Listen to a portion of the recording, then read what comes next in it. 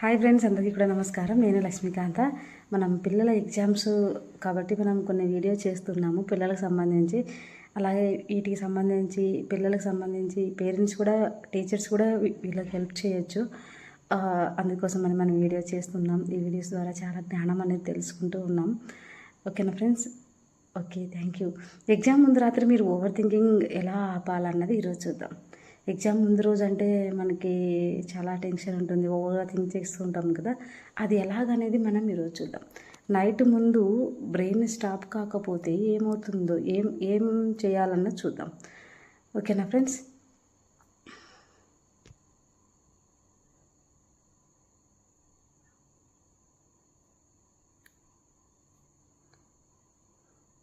ఇక్కడ ఏంటంటే ఎగ్జామ్ ముందు రాత్రి బుక్ క్లోజ్ చేసిన తర్వాత కూడా మైండ్ స్టాప్ అవ్వడం లేదా.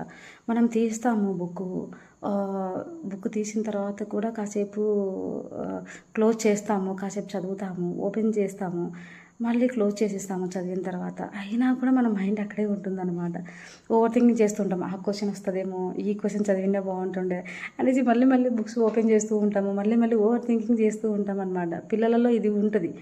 ఎందుకంటే ఎగ్జామ్స్ అనేది ఇది ఇస్తాడేమో, నేను చదవలేదు కదా అనేది మళ్ళీ గుర్తొస్తుంది అనమాట వాడికి. అలాగే ఓవర్ థింకింగ్ చేస్తూ ఉంటారనమాట. బుక్ క్లోజ్ చేసిన తర్వాత కూడా మైండ్ స్టాప్ అవ్వడం లేదా, బెడ్ మీద పడుకున్నా కూడా క్వశ్చన్ మైండ్లో తిరుగుతూనే ఉన్నాయా అనేది ఈరోజు ఎలా అనేది మనం ఈరోజు క్లారిటీగా తెలుసుకుందాం. Why over thinking happens? Exam ముందు బ్రెయిన్ అలర్ట్ మోడ్లోకి వెళ్తుంది అనమాట. దానికి ఎగ్జామ్స్ ముందు తనకి, ఎందుకంటే మనం బాగా ఖచ్చితంగా ఒక అలారం లాగా మోగుతుంది అనమాట. అది ఎగ్జామ్స్ ఉన్నాయి చదువు అన్నట్టుగా అది చెప్తూ ఉంటుంది. కానీ మనం ఓవర్గా థింక్ చేయకూడదు దాన్ని. మనం ఎలా అనేది చూద్దాం. ఇక్కడ ఇట్ థింగ్స్ డేంజర్స్ టుమారో అనేసి ఒక అలర్ట్ మోడ్లోకి వెళ్ళిపోతుంది అనమాట. అది చెప్తూ ఉంటుంది మన మైండ్. అప్పుడు ఏం చేస్తామంటే థాట్స్ ఫాస్ట్ అయిపోతాయి. అలాగే హార్ట్ బీట్ స్లైట్ ఇంక్రీజ్ అనమాట. స్లీప్ డిలే అవుతుంది, తక్కువ నిద్రపోతాము. హార్ట్ బీట్ స్లైట్ ఇంక్రీజ్ అవుతుంది. ఇది నార్మల్ రెస్పాన్స్ అనమాట. బట్ కంట్రోల్ చేయాలి వాటిని. ఎలా కంట్రోల్ చేయాలనేది చూద్దాం.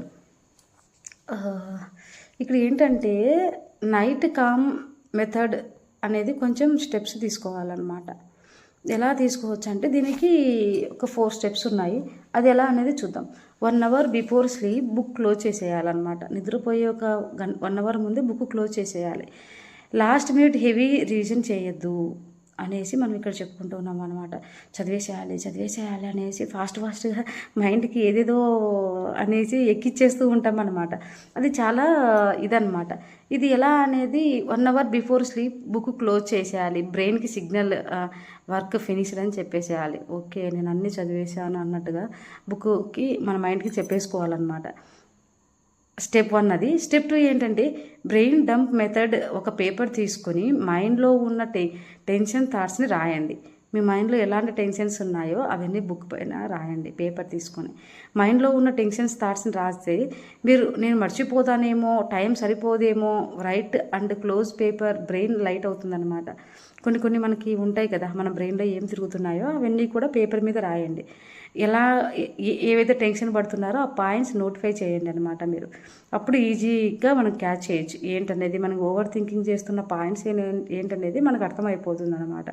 స్టెప్ 3 ఏంటంటే 5 డీప్ బ్రీత్ తీసుకొని ఇలాగ తీసుకొని మళ్ళీ వదులుతూ కామ్గా 4 seconds inhale, 4 seconds exhale.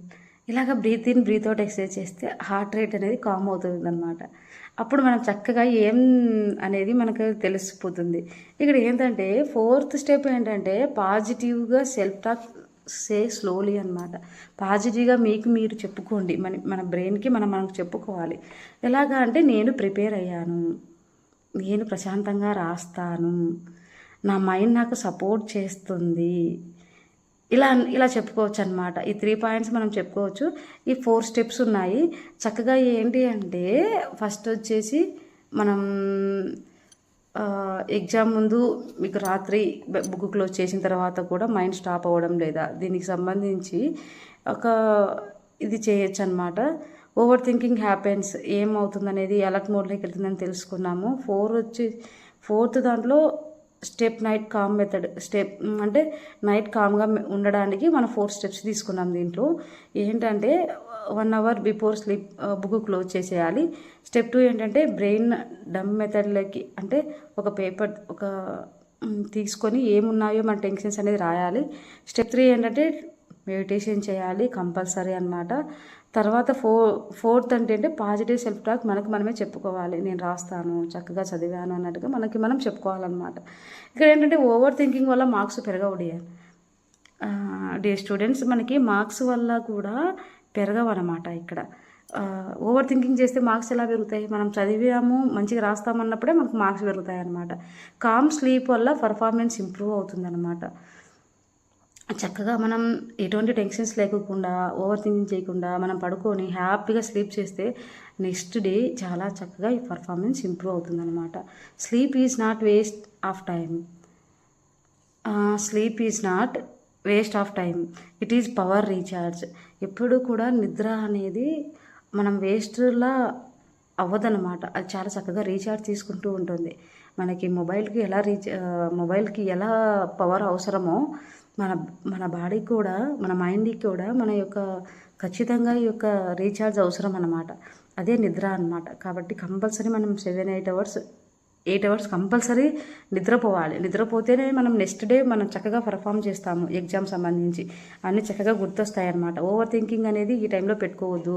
Over revisions పెట్టుకోకూడదు. కొత్తవి ఏం ప్రాక్టీస్ చేయకండి. ఉన్న వాటిని బాగా చదవండి. ఎక్కువ టెన్షన్ తీసుకోవద్దు. చక్కగా మెడిటేషన్ చేయండి. మీరు 1/2 అవర్ కానీ, మీకు వీలైతే 15 నిమిషాలు కానీ పాజిటివ్గా రెస్పాండ్ అవ్వండి. మీ మైండ్కి మీరు పాజిటివ్గా రెస్పాండ్గా తీసుకోండి. ఓకేనా friends? Thank you so much. ఇలాంటి మరిన్ని వీడియోస్ కోసం సబ్స్క్రైబ్ చేద్దాం, లైక్ చేద్దాం, షేర్ చేద్దాం. Thank you so much. Love and light.